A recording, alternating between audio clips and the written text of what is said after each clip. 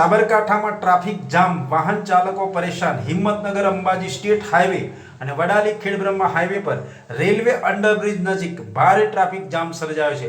વડાલી શાક માર્કેટ પાસે શાકભાજી વેચવા આવેલા વેપારીઓ અને ખેડૂતો દ્વારા આડેધડ પાર્કિંગના કારણે એક તરફનો રોડ સંપૂર્ણ બંધ થઈ ગયો છે। ટીઆરવીના જવાનો હાજર ન હોવાના કારણે પરિસ્થિતિ વધુ ગંભીર બની છે। ટ્રાફિકમાં ફસાયેલા વાહન ચાલકોમાં ભારે રોષ જોવા મળ્યો છે। એક વાહન ચાલકે ઘટનાનો વિડીયો બનાવી સોશિયલ મીડિયા પર વાયરલ કર્યો હતો।